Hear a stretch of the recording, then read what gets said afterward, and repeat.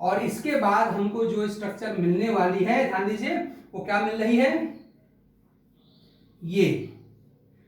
तो फिर आपका ये पाई बॉन्ड आपका यहां पे आने वाला है, ध्यान देना। एक पाई बॉन्ड आपका पहले से यहां पर था और एक पाई बॉन्ड अब आपका यहां आ जाएगा, ये हो गया, ये आपका OH हो जाएगा, ठीक, और ये है। अब बिल्कुल सामने पूरी फिगर आपके पास है और अब आपके पास बहुत सेटिस्फैक्टरी आंसर भी होगा कि क्यों अल्फा 1 का H ही ट्रांसफर होगा, अल्फा 2 का H ट्रांसफर क्यों नहीं होगा।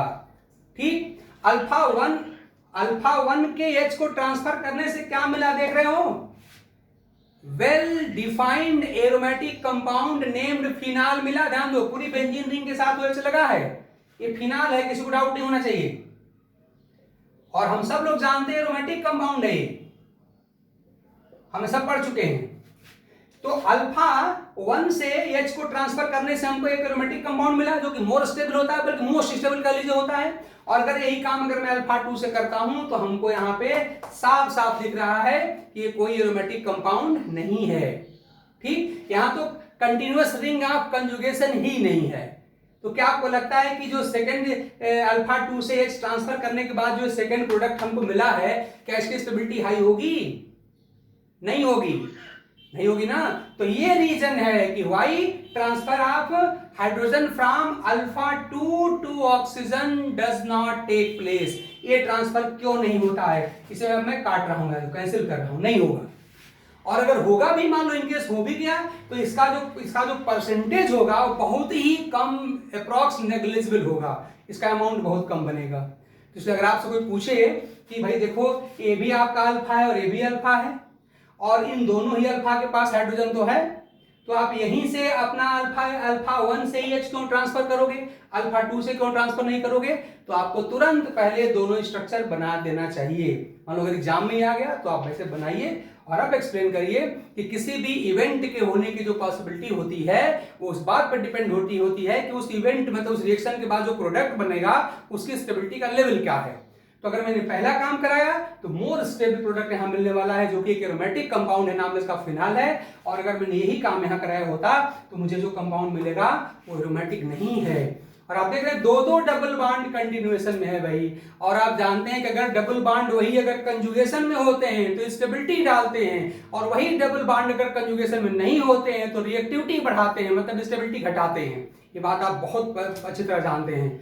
अगर दो डबल, जैसे मान लीजिए मैं यहां दिखाता हूं, अगर दो डबल बॉन्ड के बीच में सिंगल बॉन्ड आ गया, ये फिगर अगर हो गई, जैसे मान लो हमने एग्जांपल ले लिया CH3 double bond CH, single bond CH और डबल बॉन्ड CH2, देखिए दो डबल के बीच में सिंगल बॉन्ड आ गया, इसको हम लोग कंजुगेशन कहते हैं और ये हमेशा क्या करते हैं, स्टेबिलिटी डालता है।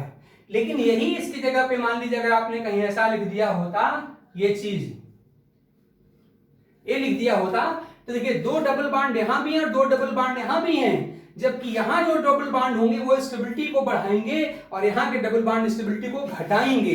या रिएक्टिविटी की बात करें तो यहां के जो दो ऊपर वाले स्ट्रक्चर में जो दो डबल बॉन्ड है कंजुगेशन में होने के नाते क्या करेंगे, रिएक्टिविटी को घटाएंगे, स्टेबिलिटी को बढ़ाएंगे।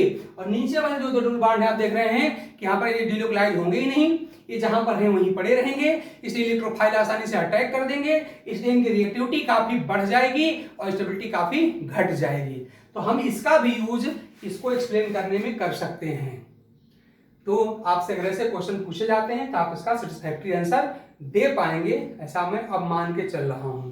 देखने से ही लग रहा है कि यहाँ के सारे डबल बॉन्ड आपस में कंजुगेशन में है, 360 डिग्री का कंप्लीट यहाँ पर रेजोनेंस है, हकेल्स रूल का फॉलो हो रहा है, यानी एक एरोमेटिक कंपाउंड है। यहाँ पर देख रहे हैं कोई कंजुगेशन नहीं, दो कंटिन्यूटी में दो डबल बॉन्ड हैं, कंजुगेशन नहीं है। और आप जानते हैं कि पाई बॉन्ड या पाई इलेक्ट्रॉन के जो सोर्स अगर कंटिन्यूटी में होते हैं, यहाँ कंजुगेशन नहीं होती तो हमारा हमेशा स्टेबिलिटी वहां घटती है, हाईली क्या हो जाएगा, हाईली अनस्टेबल स्ट्रक्चर होगा, इसलिए इसका बनना पॉसिबल नहीं हो पाएगा।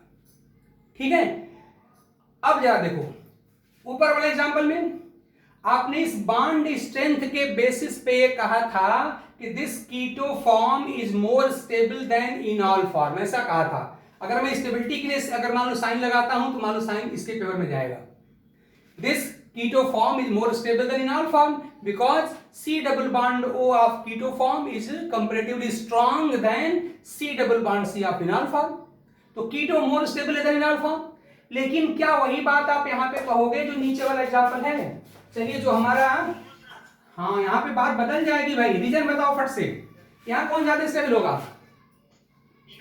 यहाँ पे इनॉल ज्यादा स्टेबल हो जाएगा, क्योंकि आप देख रहे हैं इनॉल फॉर्म क्या दिखाई दे रहा है साफ साफ, यहाँ पे एरोमेटिक कंपाउंड है, इनॉल फॉर्म में एरोमेटिक कंपाउंड है। तो हमेशा के लिए कंक्लूजन ड्रा मत कर लेना कि keto forms are always more stable than enol form, ऐसा नहीं होता भाई। आपको दोनों बातें ध्यान देनी पड़ेगी। और एक रेडीमेड कॉन्सेप्ट केमिस्ट्री का आप जानते हैं कि जहां पर स्टेबिलिटी अधिक होती है प्रोडक्ट की, उसी के बनने के चांसेस भी अधिक होते हैं। ये हम सब लोग बहुत पहले से पढ़ते आ रहे हैं, हर क्लास में एक आध बार हम बोल ही देते हैं इसको।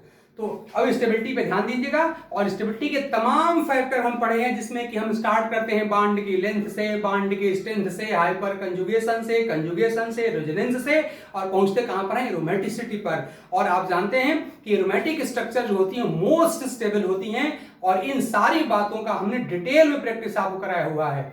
इसलिए आप आसानी से बता सकते हैं क्यों यहाँ पे कीटो फॉर्म मोर स्टेबल है, जबकि यहाँ पे इनॉल फॉर्म क्यों मोर स्टेबल है। इसमें किसी को डाउट होना नहीं चाहिए।